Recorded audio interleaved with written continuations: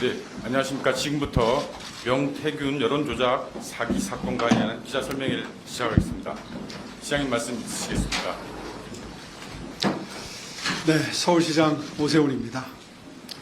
오늘 저는 선거의 공정성을 무너뜨리고 민주주의를 위협하는 사기 집단과 이를 확대 재생산하면서 진실을 왜곡하는 거짓 세력들에 대해서 단호히 법적 대응을 시작한다는 사실을 시민 여러분들께 말씀드리고자 이 자리에 섰습니다. 거짓과 조작으로 여론을 왜곡하고 이를 통해 부당한 이익을 취하려는 불의한 행위를 더 이상 용인할 수 없습니다. 여론조사 조작과 민주주의를 위협하는 사기 집단에 대해서 먼저 말씀드리겠습니다. 최근 명태균과 강혜경은 범죄 사실을 스스로 자백하고 있습니다. 이들은 가중치 조작, 표본 뒤섞기, 이른바 표지가리, 그리고 여론조사 없는 100% 허위 데이터를 만들어내는 등 여론조작의 백화점을 방불케 하는 행태를 보여왔습니다. 여론조사는 국민의 목소리를 담는 소중한 도구입니다. 이를 조직적으로 조작한 행위는 민주주의의 근간을 뒤흔드는 중대한 범죄 행위입니다. 조작을 방조하고 거짓을 확대하는 동조 세력에 대한 말씀을 드리겠습니다. 더 큰 문제는 이러한 조작과 거짓에 동조하면서 이를 확대 재생산하는 무리들이 있습니다. 범죄 피고인 이재명 대표가 수장으로 있는 민주당은 사기 범죄 집단을 이용해서 정치적 이득을 취하려 하고 있습니다.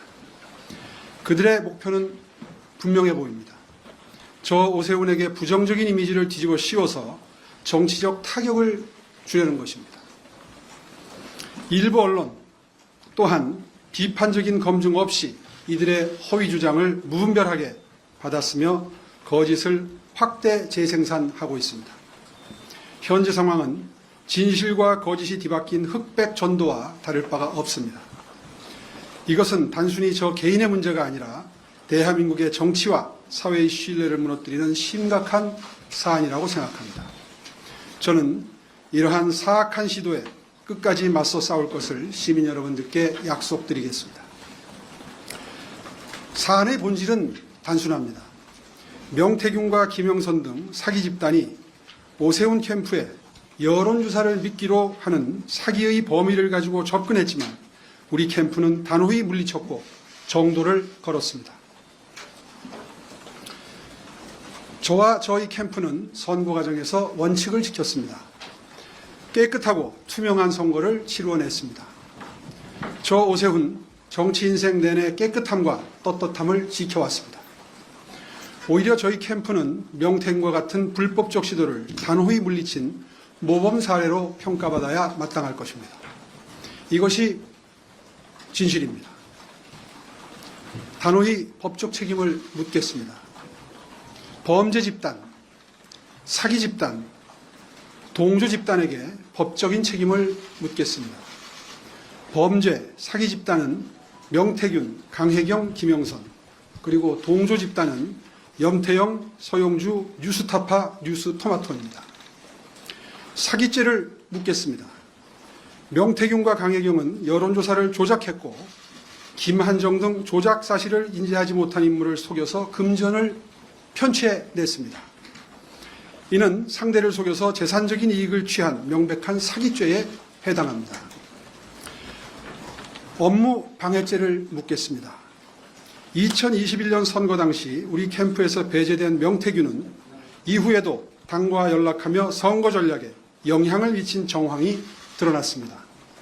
당시 김종인 비대위원장이 3자 구도로 충분히 승리할 수 있다면서 단일화를 극구 만류하는 권유를 굽히지 않은 배경에 명태균의 조작된 여론조사 자료의 개입이 있었다면 이것은 분명히 업무방해죄에 해당이 됩니다. 허위사실 적시 명예훼손죄를 묻겠습니다. 명태균, 강혜경, 염태영, 서용주, 뉴스타파, 뉴스토마토는 허위사실을 반복적으로 발표하거나 보도하며 저와 저희 캠프의 명예를 훼손했습니다. 이에 대해서도 법적인 책임을 묻겠습니다. 사기와 불의를 반드시 바로잡겠습니다. 검찰이 오늘 김영선과 명태균을 기소합니다. 기존의 수사가 일단락된 만큼 이제는 저 또한 법적 조치를 통해서 사기 집단과 동조 세력의 행위에 대한 책임을 분명히 물을 것입니다.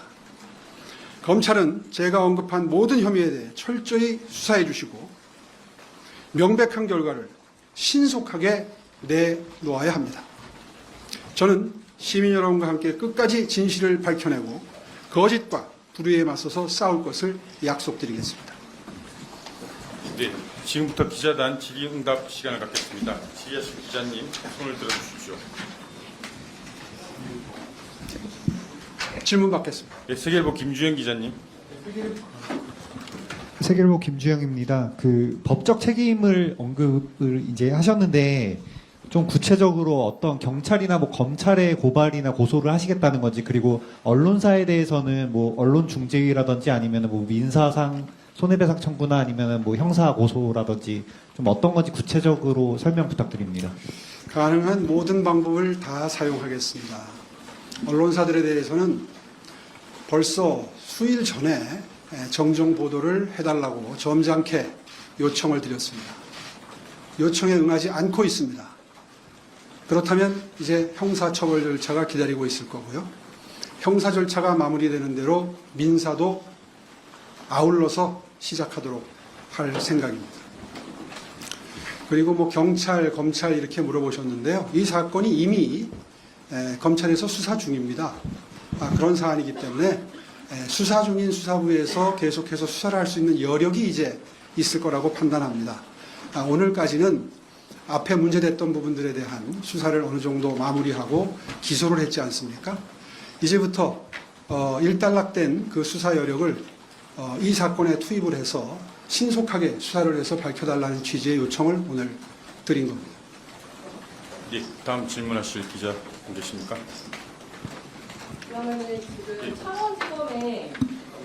창원지검에 어디에 누구시죠? SBS 이현정 기자고요. 네? SBS 이현정 기자고요. 창원지검에 지금 정식으로 고소장을 내셨다는 말씀이신가요?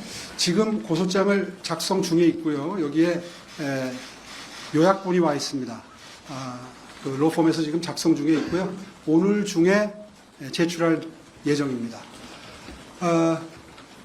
제가 내일 출장 예정이기 때문에 오늘 중으로 반드시 고소 고발장을 제출토록 하겠습니다.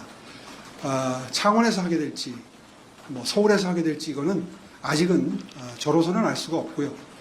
일단 검찰청에 제출을 해서 수사를 가장 용이하고 효율적으로 할 수 있는 곳에서 수사가 이루어질 수 있도록 촉구를 할 생각입니다. 예, 다음 기자님 제 지명을 받고 말씀해 주시면 감사하겠습니다. 예, CBS 장규석 기자님.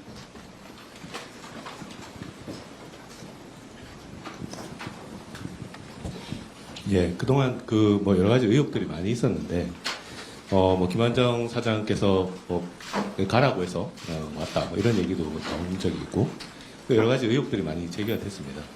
그 부분에 대해서 이제 고발을 하시면 이제 뭐 피의자 조사 이런 것도 하게 될 테고, 일단 고발인 조사도 하게 될 텐데, 그 부분에 대해서도 좀 적극적으로 나서실 생각이 있으신지. 김한정 씨가 무슨 말을 했는지는 제가 알 도리가 없고요. 그런 부분은 김한정 씨한테 확인을 해주시면 좋겠고, 저는 뭐 미뤄 짐작컨대 처음에 대화를 시작할 때 그런 식의 대화를 했을 수도 있다고 생각합니다. 또 그렇게 해야 자연스럽게 이어지지 않겠습니까? 그런 부분에 대해서는 수사를 통해서 다 밝혀지리라고 생각합니다. 예, 다음 질문하실 기자님. 예, YTN 차정민 기자님. 네, 시장님, 지난번에 기자 설명회 때는 고소고발에 대한 확정은 안 지으셨는데요. 이번에 고소고발을 이제 결심하게 된 배경이 뭔지 궁금하고요. 또 이제 고소하시게 되면 고소인 자격으로 검찰 조사도 받으실 의향이 있는지도 궁금합니다. 고소나 고발을 하게 되면 자연스럽게 고소 고발인 조사를 받게 돼 있습니다. 사실 바쁜 일정을 소화하는 서울시장으로서 이런 송사를 시작하게 되면 그런 곳에 정신적인 에너지를 조금이라도 빼앗기는 것이 시민 여러분께 대한 도리가 아니라고 생각해서 극도로 자제해 왔습니다. 그런데 오늘 제가 설명드린 것처럼 갈수록 거짓말을 낳고 왜곡을 낳아서 이제 더 이상 제 인내심이 허용하지 않는 지경에까지 이르게 되었습니다. 이 정도 되면 다소 신경을 쓰고 거기에 대응을 하더라도 잘잘못을 분명히 밝히는 것이 오히려 시민 여러분들께 대한 도리다라는 판단을 했고요. 또 한 가지는 오늘 기소가 일단 이루어집니다. 이제 이렇게 되면 지금까지 아마 그 기소를 하기 위해서 신경을 썼던 부분에 대한 수사 여력이 이제 조금은 저와 관련된 사안으로 그 시간과 에너지를 투입할 수 있게 되는 것이 가능하지 않을까 이런 생각 때문에 사실 그동안 극도의 인내심으로 기다려왔습니다. 이제 오늘 기소가 이루어지는 만큼 이제 이 사건에 대해서도 검찰이 최선을 다해서 수사할 수 있는 여력이 될 것이라는 판단으로 오늘 고소고발하게 됐습니다. 예, 또 질문 있으시면 한두 분 더 받겠습니다. 없으십니까? 저 헤럴드 경제 김수환 기자님. 네, 헤럴드 경제 김수환입니다. 그 보도를 보면 5일 전에 KBS에서 그 명태균이 관여한 여론조사에서 그 나경원이 6% 이상으로 앞서고 있다가 명태균이 개입 이후에 3%대로 그 오차범위 이하로 줄여졌다. 그래서 그 결과 오세훈 후보가 더 이득을 얻게 됐고, 또 3일 전에 뉴스타파 보도에서 안철수가 1위였는데 또 그 어떤 관여 이후에 오세훈이 1위로 됐다, 이런 보도가 있거든요. 결국에는 명태균의 관여로 오세훈 후보가 당시에 어떤 이득을 얻게 됐는데, 지금 그들을 고소하더라도 그 이득을 얻은 것에는 어떤 변화가 없지 않습니까? 이걸 어떻게 봐야 됩니까? 답변 드리겠습니다. 기본적으로 이 여론조사의 기능을 이해하지 못한 데서 오는 잘못된 질문이십니다. 왜 그러냐 하면요, 본인들이 스스로 인정하고 있는 것이 미공표 여론조사 13건이라고 하지 않습니까? 미공표 여론조사는 일반 국민 여론조사로 경선을 하거나 단일화를 할 때 영향을 미치기가 불가능합니다. 그럴 거 아닙니까? 바깥으로 이 자료가 나가야 영향을 미칠 거 아닙니까? 일반 국민 상대 여론조사로 당내 경선도 치루었고 단일화도 했으니까요. 그러니까 영향이 사실상 없는 겁니다. 더군다나 지금 질문하신 것처럼 그 명태균의 여론조사가 허위로 조작된 내용이라면 그것이 제가 아까 말씀드린 업무방해죄에 해당이 되는 겁니다. 여러분 다 보도를 보고 아시다시피 이 자료가 김종인 당시 비대위원장님의 테이블 위에 올라갔다는 건 김종인 비대위원장님도 인정하시지 않았습니까? 뭐 본인은 물론 그 자료를 보지 않았다 이렇게 부인하시지만 매일 명태균과 통화한 사실도 인정하신 이상 그건 보셨죠? 김종인 비대위원장께서 명태균이 전화를 걸어와서 통화했다, 이거는 인정하시는 건 다 보셨죠? 들으셨죠? 그런 상태라면 이 조작된 여론조사가 오히려 아까 그래서 제가 그런 설명을 드렸던 겁니다. 저한테 김종인 비대위원장님께서 볼 때마다 안철수와의 단일화가 필요 없다, 하지 마라. 후보 입장에서는 단일화를 해야 승리의 확률을 높일 수가 있는데 만날 때마다 몹시 난감했었거든요. 이건 뭐 당시에 정치부 기자분들도 다 알고 있는 사실입니다. 이런 식으로 위계에 의한 업무 집행 방해가 있었다, 이 말이에요. 그러니까 지금 질문하신 내용이 오히려 그것을 뒷받침하는 자료가 되는 겁니다. 이해가 가십니까? 예. 네, 마지막 딱 김하희 기자님 아까 주셨는데 김하희 기자. 네, OBS 김하희 기자입니다. 저 아까 그 나왔던 질문 답에 좀 추가로 확인 좀 하려고 여쭤보려고 하는데요. 오늘 중으로 고소하신다고 하셨는데 그 중앙지검에 좀 고소장 내시는 건지 하나랑, 그다음에 그 고소 대상에 오늘 언론사 포함해서 아까 말씀하신 강혜경, 영태는 싹 다 포함해서 오늘 네. 조치하시는지. 그렇습니다. 중앙지검에 하시는 건지. 중앙지검이 될 확률이 높습니다. 그거는 추후에 접수할 때 다시 한번 알려드리도록 하겠습니다. 네, 아까 질문을 또 계속 하려고 하실 때는 안 하시고 지금 손 드시고 계신데, 예, 한겨레 장수경. 네, 거기 그러면 한겨레 장수경입니다. 김종인 비대위원장도 포함인가요? 그러면? 김종인 비대위원장님을 저희가 고소고발할 이유는 없죠. 그분도 속은 피해자인데요. 피해자라고 보시는 건가요? 그렇죠. 왜곡된 조작된 여론조사 결과를 받아보신 게 죄가 됩니까? 그렇진 않을 거 아니에요? 예, 저 이상으로 기자 간담회 마치고요. 아니 한 분 더 받으세요. 최령 기자. 네. 네, 한국경제신문 최혜련입니다. 제가 맞게 이해했는지 모르겠는데요. 그럼 김종인 그 당시 비대위원장이 그때 받아본 미공표 여론조사 결과가 그 경선 과정에 좀 영향을 미칠 수 있는 여지가 있었다고 보시는지, 그리고 만약에 그렇다고 하면 사실 시장님 캠프에서 관여했던 것과는 무관하게 어쨌든 그때 당시 경선에 대해서도 우리가 들여다봐야 한다고 이제 민주당 쪽에선 주장하잖아요. 그거를 우리 어떻게 좀 그게 아니라고 얘기를 할 수 있을까요? 지금 여러 가지를 혼동하고 계시는데요. 다시 한번 상세하게 설명을 드릴 테니까 잘 들어주십시오. 이 당내 경선이나 당 바깥의 후보와의 단일화 단계에서는 이번에는 일반 국민 상대 여론조사를 방법으로 썼단 말입니다. 그걸 알고 계셔야 되고요, 먼저. 그 다음에 자꾸 미공표 여론조사를 13건을 우리 캠프 쪽에 보낸 거를 대가를 김한정 씨가 치렀다, 이렇게 얘기를 하잖아요. 근데 그거는 우리 캠프에 도움이 전혀 안 된다는 말씀을 지금 설명을 드렸지 않습니까? 왜냐하면 일반 국민 여론조사로 결론을 내는데 미공표 여론조사를 조작을 했든 안 했든 간에 저희 캠프에 전달했을 때 저희에게 어떤 도움을 줄 수 있겠습니까? 그렇지 않습니까?